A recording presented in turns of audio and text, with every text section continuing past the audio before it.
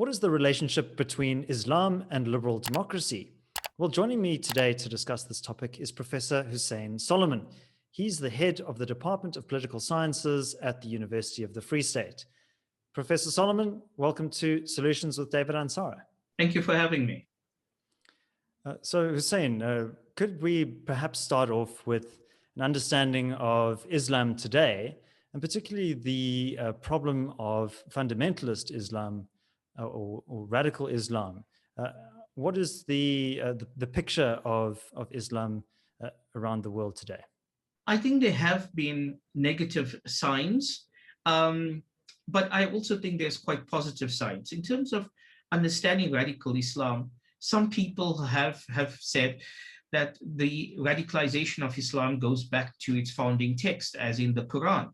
Bernard Lewis, made the point many years ago that there's no equivalent in the Quran to what Jesus ostensibly said to his followers. That's render unto Caesar, which is Caesar's, and to God that which is God's, which of course leads to the Islamist position that there's no distinction between religion and state. And then of course, there is others who actually find the source of Islamic radicalization going back to 657 in terms of Islamic history, and the first fitna and the Kharajite rebellion against Ali, the one of the founding caliphs. And then of course you can go look at the ideologues of people like Taymiyyah from the 13th century, Al-Wahhab from the 18th century, and Qutb, which all contributed to Salafi jihadism. My own view is that religious violence of whatever description is embedded in moments of histories and structures of culture. So you cannot understand, for example, the emergence of Boko Haram in Nigeria without understanding Kanuri nationalism. You can't understand radicalization in Mali without understanding the desire for the Tuaregs to have a separate homeland called Azawad for the past 300 years. Neither can you understand Al-Shabaab without understanding the motivations of the Rahanwein clan, which provides 70% of the fighters to them, to Al-Shabaab. And then, of course, closer to home, you cannot understand what's happening in Cabo Delgado without understanding poor governance from the perspective of the Frelimo government. Islamic radicalization, of course, has its challenges, major challenges.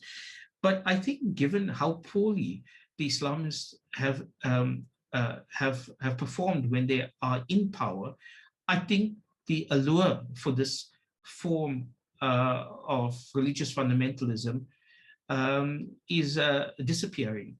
And I think that in the next few years, we will not be talking about it, despite the gains, for example, that you hear about the Taliban in Afghanistan and so forth. I think also with the Taliban, you have to understand Pashtun nationalism. So it's not just simply religious fundamentalism. So apart from the more extreme manifestations of radical Islam, there's also Islamist governments or movements more broadly, like, for example, in Turkey under Erdogan, the regime in Iran is still controlled very much by theocratic principles. So how is that distinct from what we've just spoken about, the more kind of extreme terrorist-based movements? Well, as you know, there have been attempts for a more Islamist post-Kemalist Turkey, and groups like the AKP essentially hid their Islamism initially, especially in terms of the first term. But gradually, the Islamism comes to the fore. And when I talk about Islamism, I'm not simply talking about in terms of Hagia Sophia and making it a mosque again and so forth, but it's also in terms of the authoritarianism, in terms of the centralization of power, the fundamental illiberal character of Islamists. If you look at what's happening in terms of Iran as well. But I think what's been happening across the Muslim world is especially the youth have become more secular. You have technology, you have social media, you have the forces of globalization, And all of these is resulting in a more tolerant Islam and so forth. So when you take groups like, for example, if you take the Muslim Brotherhood, in Jordan and Morocco, trust in the Muslim Brotherhood declined by 20% since 2012. Since 2012, even in places like Palestinian support for Hamas, despite what you saw in terms of the recent conflagration. I mean, from 2012 to 2019, support for Hamas moved from 48% to 22%. If you actually talk about Iran and Turkey, well, let's look at the recent election of Ibrahim Rais. Fundamentally, people voted with their feet because so many candidates were disqualified from actually running, and people felt that the election was rigged. More importantly, the secular views of the people are coming to the fore. So despite Iran claiming 99.5% of the population being Muslim, there was a recent survey which was published in A Conversation, which found that only 40% of Iranians identified themselves as Muslim. And then if you take Turkey, despite the pretensions, the Islamist and neo-Ottoman pretensions of Erdogan, only 12% of Muslims in Turkey actually desire Sharia law to be the official law in the country. And it's the fact that these Islamists, you can't translate the Quran into good governance, into economic development or sustainable development and so on. And people are being switched off by the rhetoric coming from the leadership in Ankara and Tehran. Hussein, I think that some of those polling results and those attitudes might surprise many people. But I mean, I think it's important in this conversation that we distinguish between secularism and liberal democracy. I mean, you mentioned Turkey, and under Ataturk, that was a secular republic, but it was also a fairly authoritarian one, very militarized. Wouldn't necessarily call that a liberal democracy. So, Hussein, how do we reconcile these two ideas of Islamic principles and liberal democracy? And how can we ensure a more peaceful coexistence between these two ideas? I think first and foremost that the notion of liberal democracy has to be stripped of its Eurocentric, Western-centric approach. Japan, in my view, is quite a liberal democratic state. I've been there many times. I'm a visiting professor at Osaka University, but it's not in the same mold as France is, or indeed the USA is. So I think the underlying cultural, Western-centric, Eurocentric cultural lens has to be avoided, and it has to speak to certain Middle Eastern, Islamic norms and so forth. So how democracy can coexist with the Islamic faith was actually proposed some years ago by two democratic theorists, Stepan and Linz, and they talk about there has to be a significant differentiation between religion and state. They called it the twin tolerations. And this is in a country that lives by these twin tolerations. Religious authorities do not control democratic officials who are acting constitutionally, while democratic officials do not control religious actors as long as they respect other citizens' rights. Now, there's been some amazing work being done by Muslim scholars, right? And there's a long history about this, which Phil Zuckerman actually writes about in his work. There's been a long tradition of secularism and inside the Muslim world. In the 9th century, you have Ibn al-Rawandi, who negated Islam as he advocated free thought. You had the critical rationalism of Muhammad al-Warraq, who doubted the existence of a God and the veracity of divine revelation. And Muhammad al-Razi advanced the study of the natural sciences as he questioned the divinity of the Quran. And then more recently, in the 20th century, you had all kinds of Muslim scholars coming together and actually coming up with new ways of trying to marry God's sovereignty with popular sovereignty, as it were. Okay, and these came from Turkey as well as from Iran, where people question religious thinkers, just by the way, question the clerical establishment in terms of saying give back the right of individuals to make their own moral judgments on the basis of reason as well as individual consciousness. For me, the most important developments actually came around the fact that people are now questioning, Muslim scholars are actually questioning Sharia, pointing out that it's not a monolithic Islamic system, that you have fiqh, which is focused on personal morality, and siyasa, which focuses in terms of the public good. So siyasa does not have its origins in Islamic scripture, but is actually focused on public good, on maslaha amma, right, in terms of what's good for the polity, and that's an important distinction. So Sherazade Rahman and Hussein Askari actually came up with the Islamicity index, and based on 113 Quranic injunctions about maslaha amma, about what the public good entails Islamically, they correlated this with data sets from the UN Human Development Index, the World Bank, and so on, and came up with something called the Islamicity Index. And according to them, the top 10 most Islamic countries in the world are Ireland, Denmark, Luxembourg, Sweden, the United Kingdom, New Zealand, Finland, and Norway.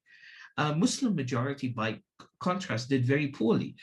Saudi Arabia getting the 91st position, Qatar 112, Morocco 120, Egypt 129, Iran 139, Sudan 190. That's the point. You can be Muslim and be democratic.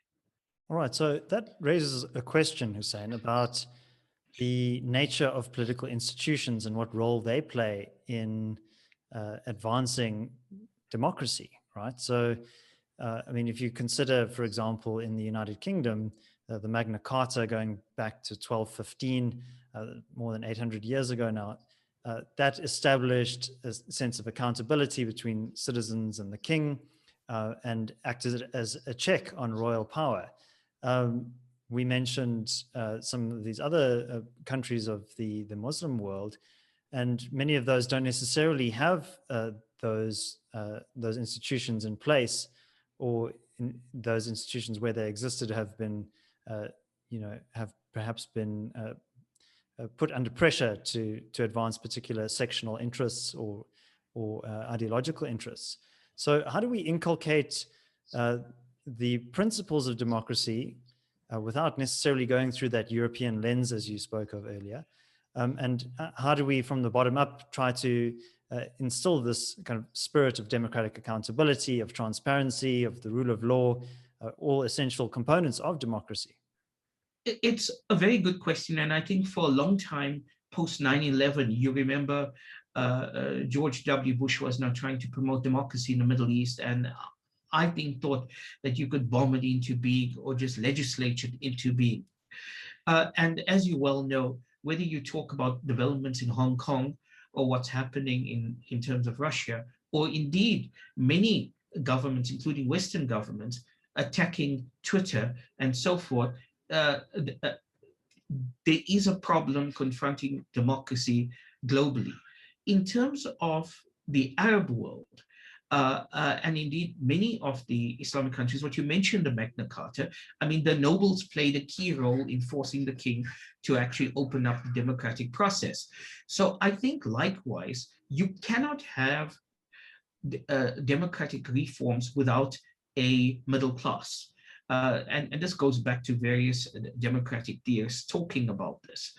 And so if you go to the economist, Eric Reeder, he actually points out that, I mean, despite the skyscrapers that you see in terms of Dubai and so forth, the Muslim world is actually quite poor, resource poor, and If you take the combined GDP of 57 Muslim countries, it's under $2 trillion, whereas in the US, you're talking about $10.4 trillion, China 5.7, Japan 3.5, India 3, and so on. So what you need to do is actually not focus on the political process, which is more high stakes. Rather, what you need to do is to focus on kickstarting the economy. And the idea is that when you kickstart the economy, when you open up the economic process and so forth, when you get the private sector in, it will necessitate certain cultural changes and certain political changes. Ultimately, in the medium to long term, the various autocrats holding power, the ruling families holding power, will have to commit political suicide. But it's not a decision they will likely make, but they will make as a result of the pressure being applied in terms of the economic realities. Yeah, I agree with you. And I think economic growth creates alternative centers of power.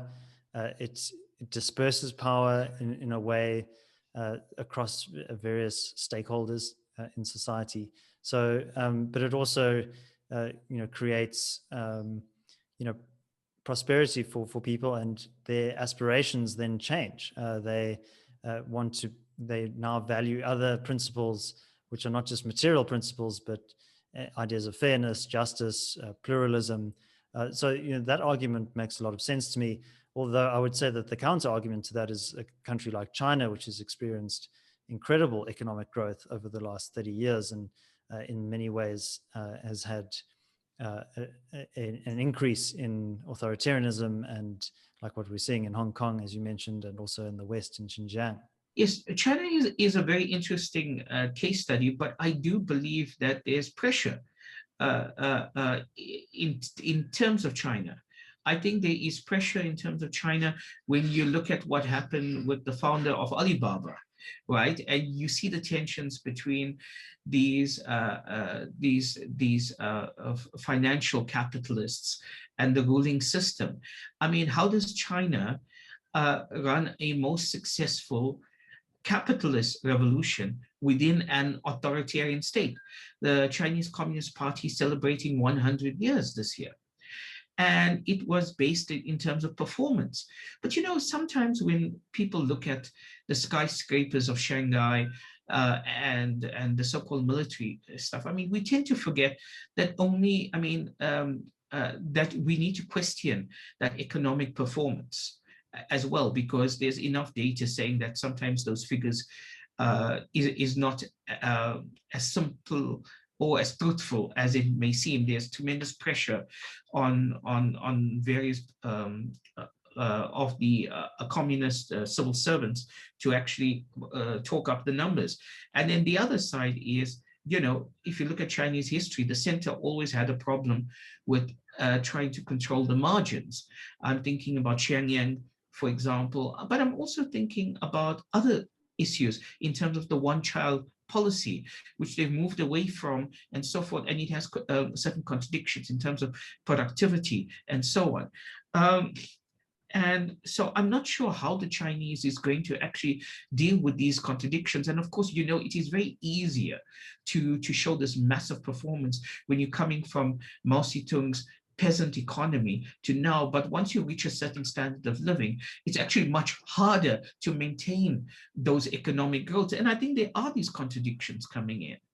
And I'm not sure how they're going to negotiate that. And I won't even talk about what's happening with their neighbors and problems in terms of the South China Sea, the incursions over Taiwan, etc.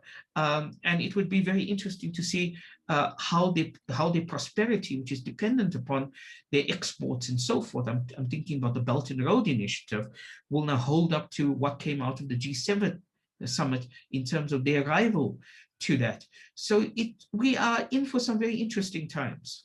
Hussein, when we look at the MENA region, Middle East, North Africa region, that region has been characterized by high levels of instability since 2011, since the Arab Spring. And in some cases, like in Tunisia, there has been the growth of kind of nascent democratic institutions and some encouragement in terms of their new constitution and so on. Still some security problems there, but looking like a good example of an emerging democratic state. But on the other hand, you had Egypt, which went through massive social upheaval, introduced a democratic system which resulted in the Muslim Brotherhood being elected for a very brief period of time and instituting some quite draconian laws themselves. The needle then shifted back to the kind of military authoritarian model under General Sisi. So, I mean, I think something that liberal Democrats like myself need to confront is that sometimes you can introduce democracy and the result that you get is sometimes antithetical to democracy in terms of who ends up being elected. I think you are absolutely right. I think that in a way, to go back to Marx's stages, of revolution, Marx thought that it wasn't going to be in Russia that the communist revolution was going to be. It was going to be in the more industrialized states. Think about Charles Dickens' England. The Industrial Revolution and this and that, as opposed to the Romanovs and so forth. But I think so. I think that for democracy to consolidate, you need to have a more evolutionary approach than a revolutionary approach. We were just now talking about the importance of economics. Okay, but I do believe that if you look at Tunisia, which has its challenges, Tunisia is actually in many ways more French, with the laïcité of the French and the secularism and so on, and the intellectual capital there and so forth. And you had Rashid Ghannouchi, who was trying to sort of become a Angela Merkel in Tunisia in terms of, like you have the Christian Democratic Union of Angela Merkel. He was trying to have an Islamic equivalent to that. I can't say he was very successful and so forth, and there were problems, right? But certainly, with all of its challenges, it's an interesting experiment in terms of the movement, in terms of gender rights, in terms of a whole number of areas. There is, of course, resistance against that. In terms of Egypt, you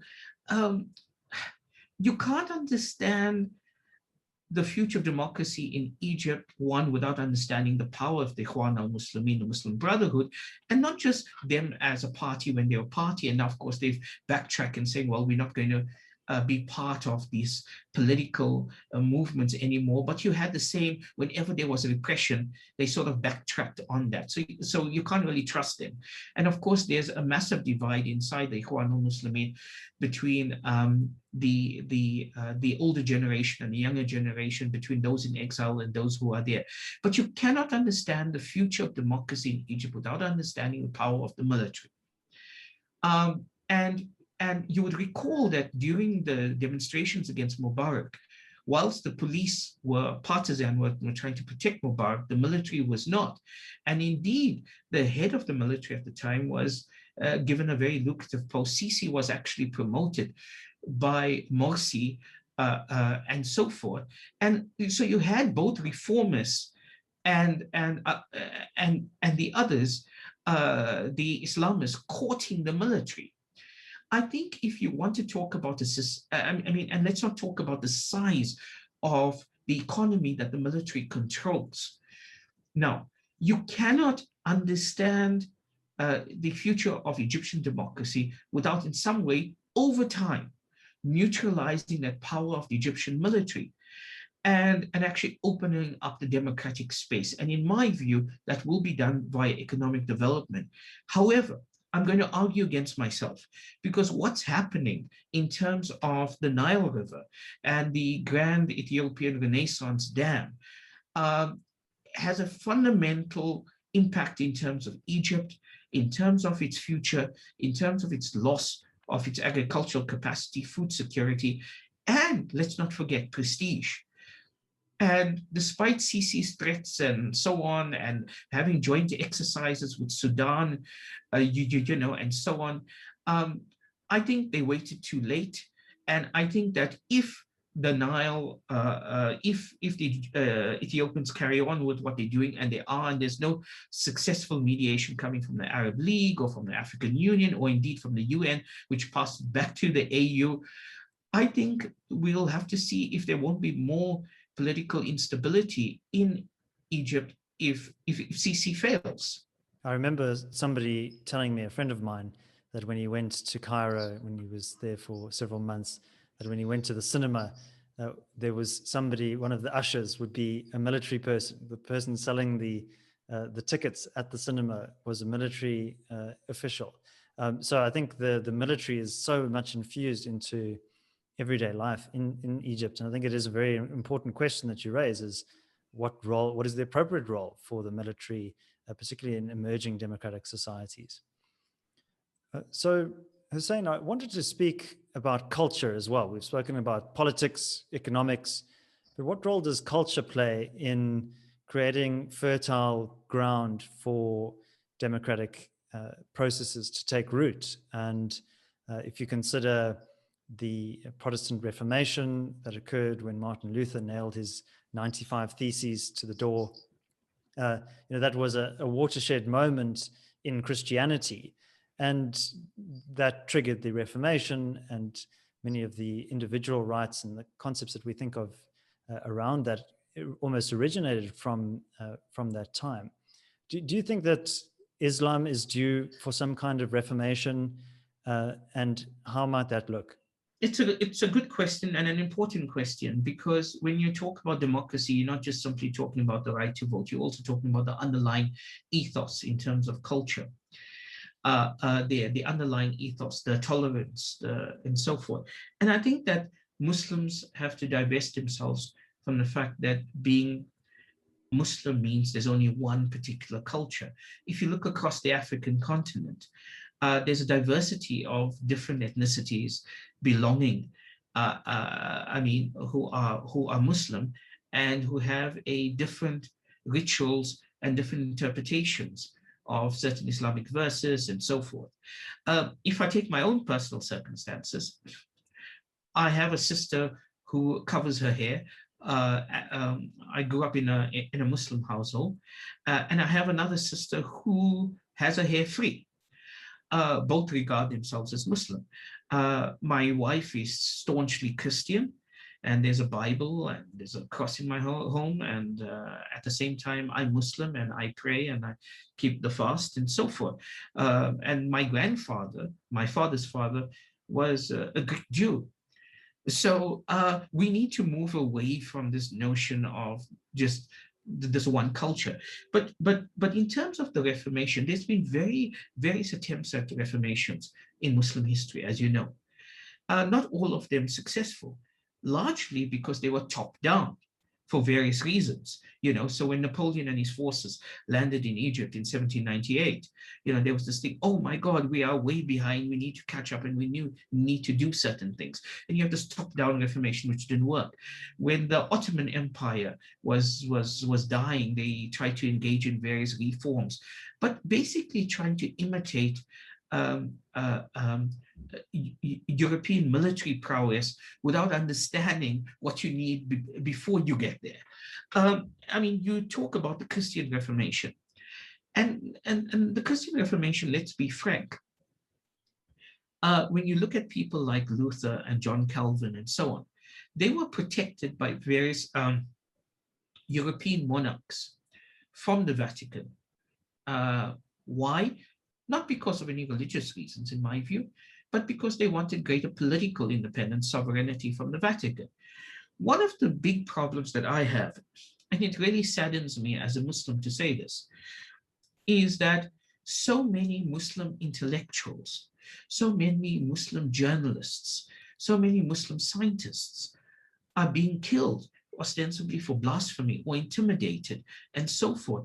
And so when I travel, in Western Europe or in America and Canada, I see some brilliant Muslim scholars lending their intellectual talents to the West, not out of choice, but because their views is unacceptable and they're not provided the protection they need in their own countries. And so how do you change this culture into one of tolerance and being pluralistic and so on? I myself in this country received death threats. My home was petrol bombed. Why? Because I took a stance against radical Islam. I didn't get any protection from the South African state. There was pressure put on my university. I was at the University of Pretoria at the time, to fire me because of my views and so forth. Um, this isn't a pleasant experience. And if you have a family, one is concerned about them, so you tend to engage in a degree of self-censorship. So how do you change the culture? I don't know. Well, I suppose it rests on the actions of individuals like yourself, having the bravery to express your opinion. And I think that is quite a burden to bear often. But collectively, if more people do that, then that plurality, that pluralism emerges from the bottom up. And that's definitely a theme that we've tried to explore in this podcast with whatever problems we've been discussing, is what are the kind of emergent order kind of solutions to some of these bigger, more intractable problems. And I think another version of top-down solutions has been military engagement, particularly by Western powers. If you think of the disaster that unfolded in Iraq and subsequently in Syria after the Allied invasion there, what is the appropriate role, if any, for Western democracies to play in trying to foster democracy in the Muslim world? Should they just stand idly by and whatever happens, or is there some kind of role that they can play? First and foremost, I'm a globalist. And we live in a shrinking world, where insecurity anywhere threatens security everywhere. So they can't fold their hands and say, well, that is within the borders of this country. So they do need to engage in terms of promoting democracy, because conflict in one country means war, refugees, or terrorism in a neighboring country. And as we see the flood of migrants from the Syrian conflict going into Europe, I mean, that's just one indication of it. So they do need to get involved. But at the same time, they need to understand the dynamics in the country concerned. I think the removal of Saddam Hussein, for all of his faults, resulted in a more aggressive Iran. There was a check and a balance between Iran and Iraq, which was removed.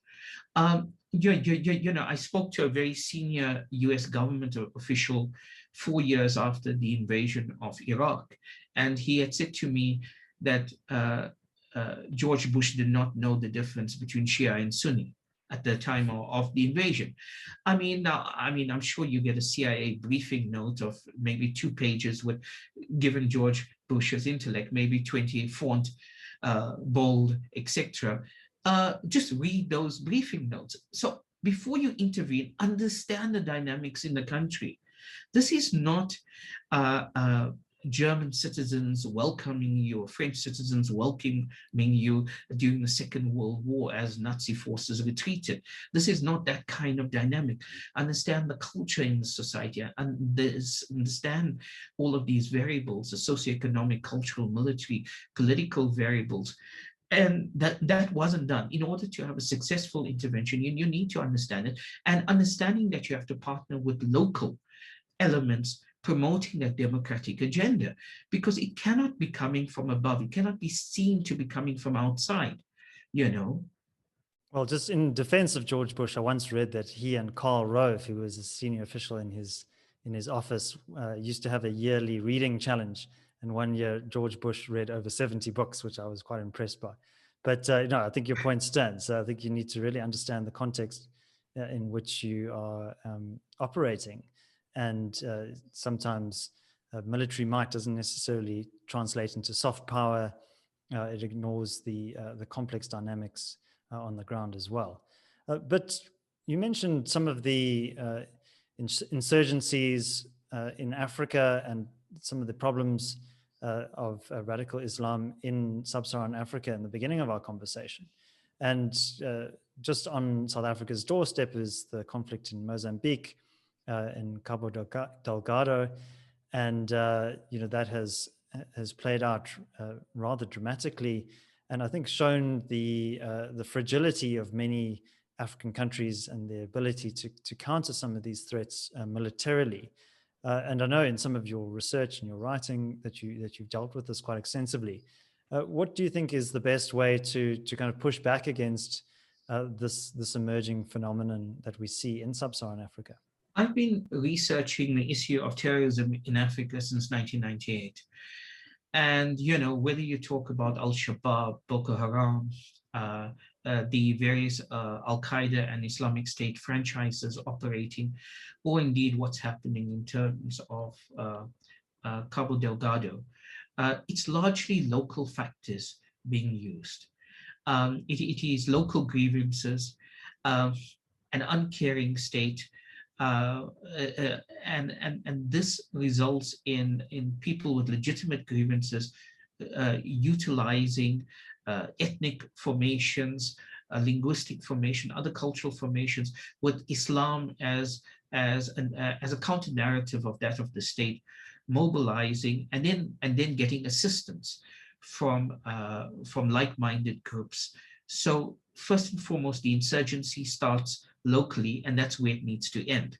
But in terms of and the Cabo Delgado insurgency had its origins way back in the early 2000s with the first paramilitary formations, paramilitary training camps in that region from at least 2002, and nothing was done.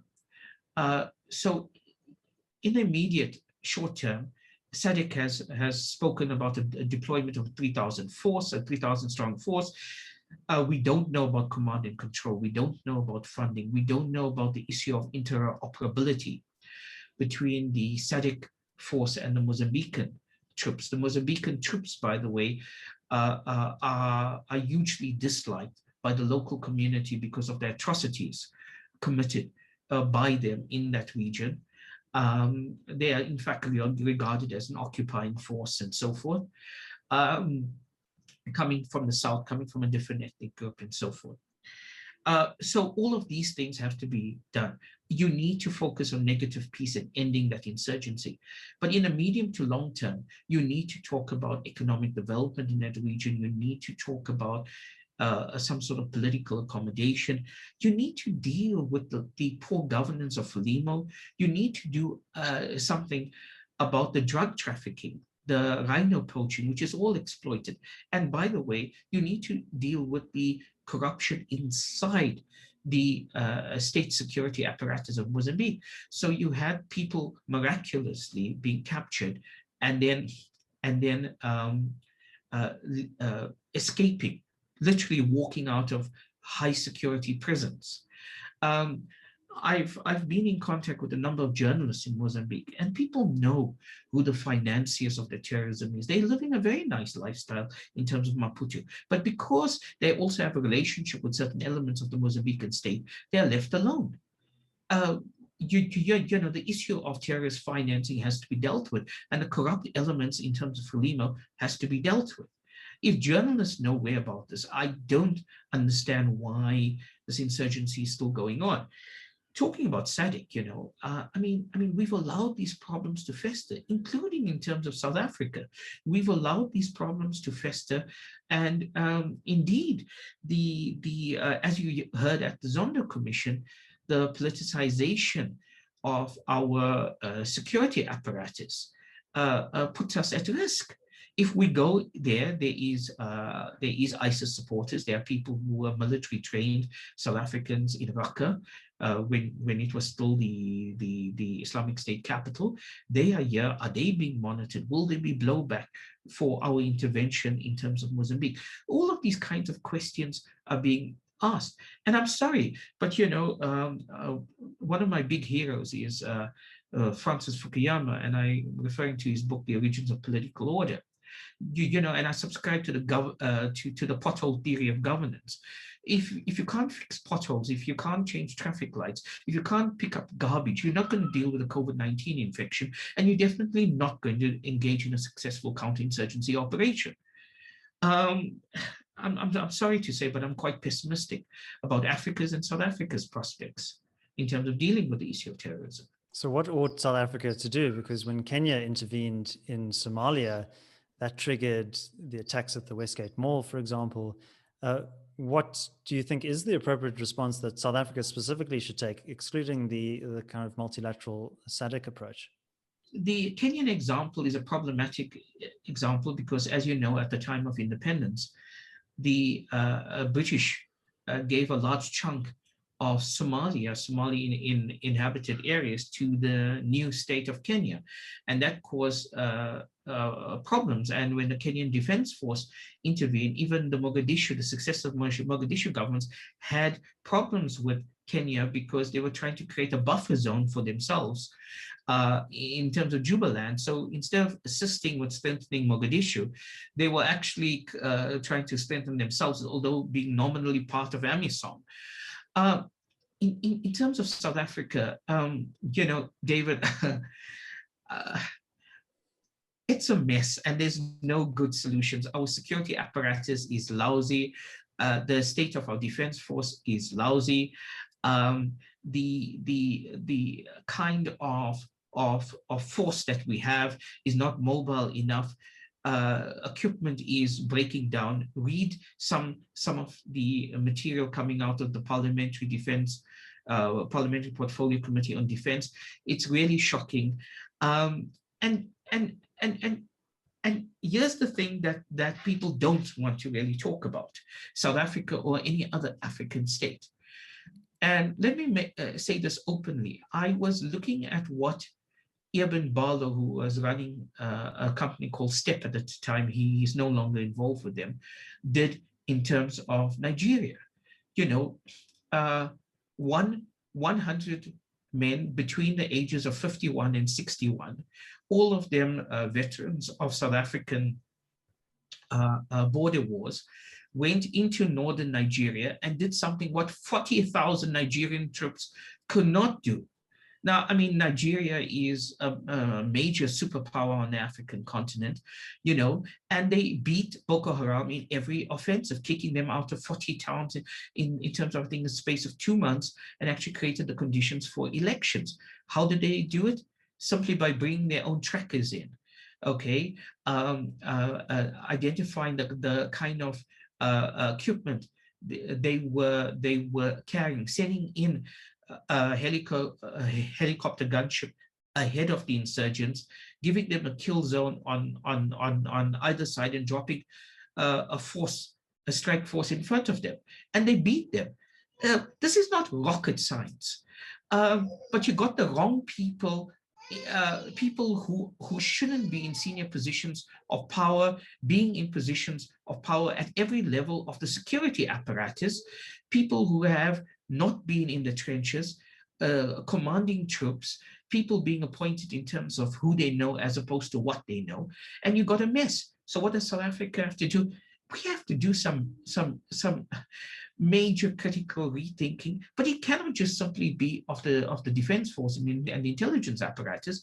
We need a complete overhaul of government. But frankly, I don't see this happening. And fortunately, South Africa for a long time has been relatively insulated from this problem of Islamic terrorism. But I think your words, I think, suggest that we should be taking this much more seriously. Earlier in the conversation, Hussein, just to change the topic slightly, you were speaking about the differences between Shia and Sunni Islam, and maybe some of our viewers and listeners aren't necessarily familiar with that distinction.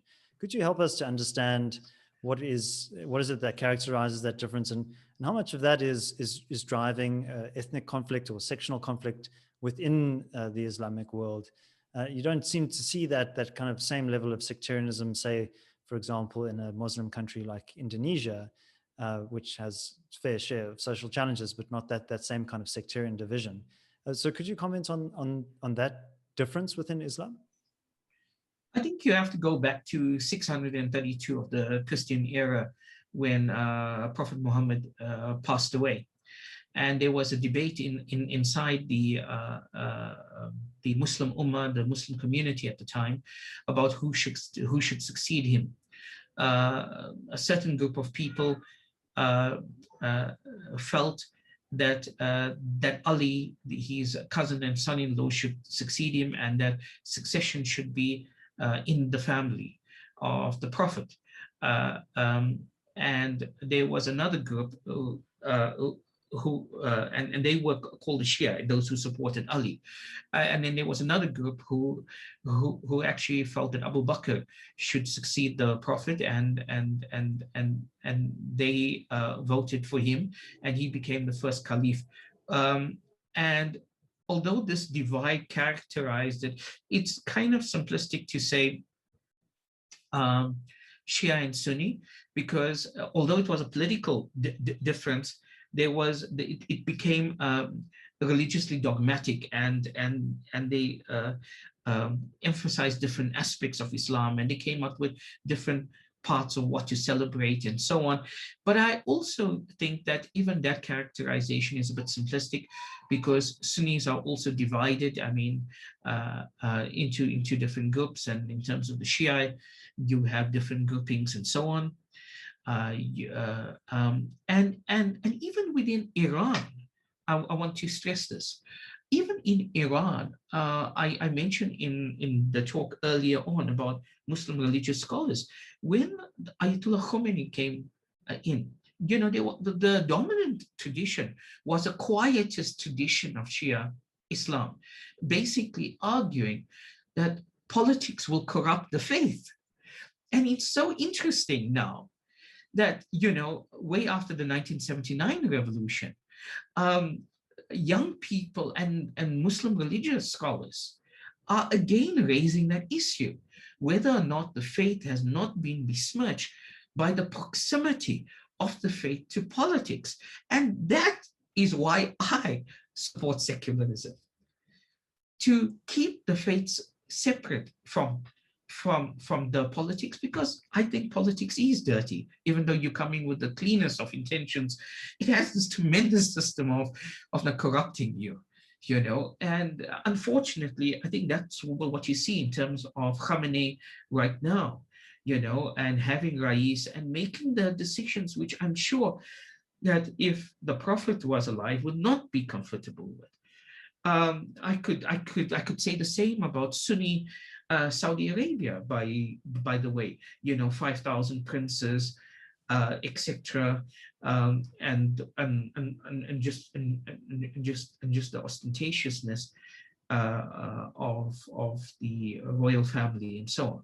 Thanks for joining me on Solutions with David Ansara. If you're watching on YouTube, please give this video a like and subscribe to the channel. And if you're listening on your preferred podcast platform, please do leave a 5-star review and share this with your friends and family. It really helps the show to grow. Until next time, take care.